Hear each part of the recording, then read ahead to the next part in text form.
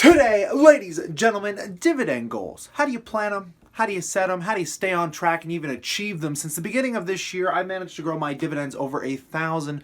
I'm going to explain to you how I did that and how I personally keep on track. So let's jump right into this.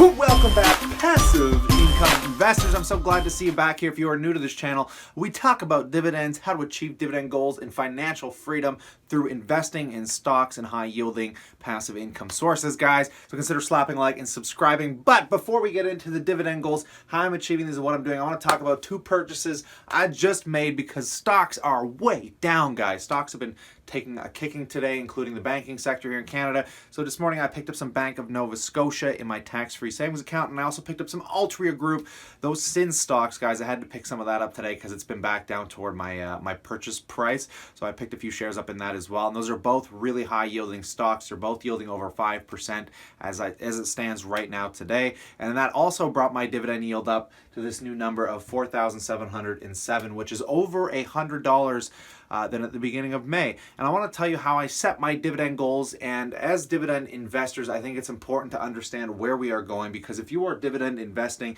it means you are looking into the future and where you want to be in your life. And for me, it's a little different than everybody. Everyone has their own take on this. There's no one successful way of doing this. I'm just going to tell you my own way and how hopefully it might help you in your own dividend career of investing, guys. So let's get into this really quick. First of all, when I started dividend investing 2 years, I basically had a goal in mind, which is I wanted my dividends to grow month over month at least by $100 minimum.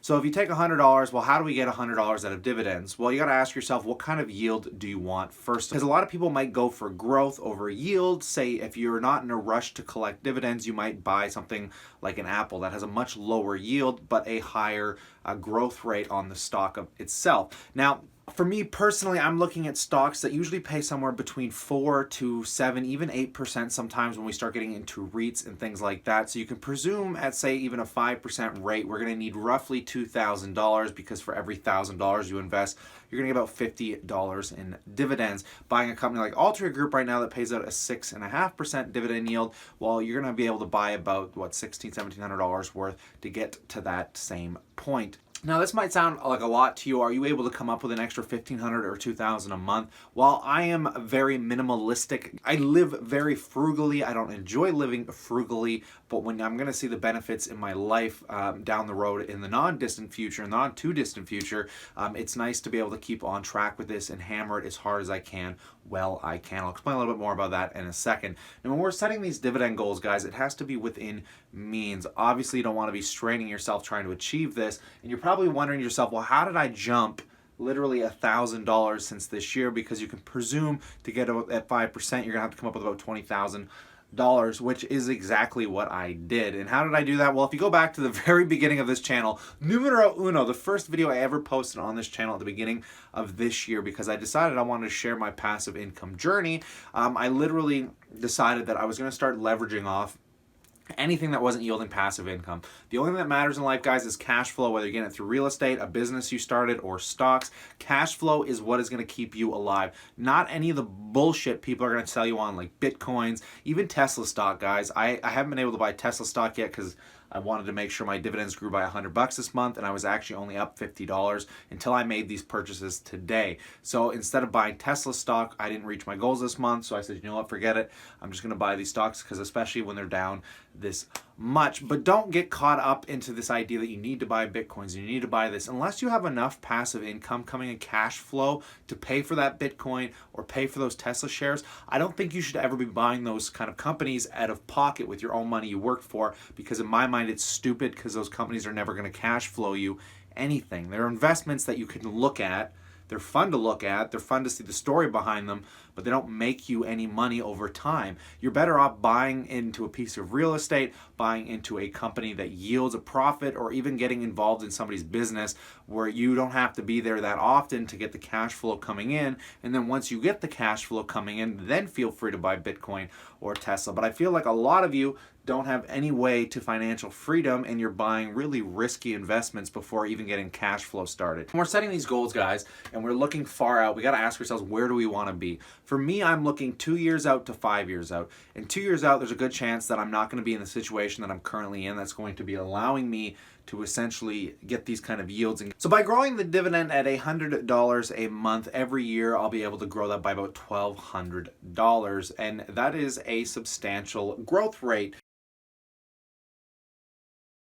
which is nowhere near close to my $12,000 goal in the next 5 years. But the way I'm going to get even closer to that in the next 2 years is I'm hoping my investments in companies like Apple and Microsoft that I'm holding for a higher growth, including Constellation Brands, and even Tesla, guys. Those are the companies that I own, that I'm owning them to get a faster I'm losing my words here, a faster growth rate. So literally within the next 2 to 3, well, I'm going to say 2 to 5 years, but usually when I'm looking down the road here, right now I'm looking at the next 2 to 3 years, I'm looking at actually leveraging Apple down. I've held on to Apple for a very long time, and even in this portfolio doesn't fully grasp how much money I've made on it because I was buying Apple in another trading account, and then I moved all of it over after I already made a couple thousand on it. So I've been buying Apple for a while, but I want to leverage down in it by like 50% once I get into that point where I'm up about 20,000 plus on it. And that'll also be able to jump my dividend another $500, which will be taking us closer to, that 7K mark. And this is just generally like outer projection in the next 2 years.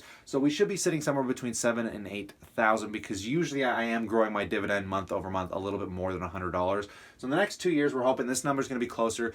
Between 7 and 8,000 is what I'd like to push for. And then in the next few years after that, I'm going to keep reinvesting those dividends along with just working and doing anything I can to basically keep applying this. This is how I'm generally planning on my dividend game out, guys. Hopefully my projections are going to get me a lot higher than that because, like I said, I want to get somewhere closer to that 12,000 a mark because essentially that means I'll be making $1,000 a month in dividends. So how do we get to 12,000 a year, guys? If I want to be able to do that in the next 3 to 5 years, I want to, again, fast track this as quick as possible. But how do we get to 12,000? You're probably asking yourself, how much money do I have to have in an account to get to that? And it's not as much as you'd think, to be honest. If I move this money around just right, guys, I've already got about 110,000 in my savings accounts or my investment accounts, just those investment accounts, not my other bank accounts or like whatever emergency funds. Just in my investments accounts, I got about 110,000, and I'm yielding 4,700, which is not that great. If I could get, well, it's about 4.7%, right? But we're trying to get it up closer to that 5-6% yield. So I mean, it could be closer to 5 or 6,000 if I just leverage down in companies like Tesla, Constellation, all those growth stocks. If I leverage completely down in them, this number would be a heck of a lot higher. So I mean, you have to look at it as if you can get $200,000 in the bank at 6%, say you're buying higher yielding stocks like REITs and things of that nature, you're going to essentially be able to make 12,000 at 6% on $200,000, guys. If you can come up with 200 grand, and in your mind you're like, well, how do I come up with 200 grand? I'm going to try and motivate you just a little bit here because 200 grand sounds like a lot of money to a lot of you, and it I don't know, it's weird to me because when I started this 5 years ago, I just paid off business loans. I was broke. I was finally at dead zero. And I realized like how hard it was to make the first 10 grand and then the first 20. But once you get to that 100,000, it's weird how your mindset changes because usually by that time, you've been too busy listening to people that make millions that when you look at your 100,000, you still feel like you're nowhere. But I am honestly blessed to even see this number. The only thing that's going to stop you from achieving this, and I'm going to tell you this right now, guys, 100% is just a laziness or self-entitlement. And I'm just going to throw this out here because I find this problem with all of my friends. And as I'm starting to make more and more money, I'm getting a little bit more cocky about the jobs that I'm doing. I'm becoming a little more selective about the jobs I'm doing because I don't need the money as bad as I used to because I have other income sources. I'm able to start picking and choosing my jobs. But back in the day, and even still, I hate myself when I do it. So I try and take every job I can, even if it's at a discount. But what I mean by this is I know people that went to school and have an education, and when they get laid off a job, they refuse to work anywhere else because it's like it's beneath them. To be honest, I don't talk about a lot of the jobs that I used to do, guys. I've done everything under the sun.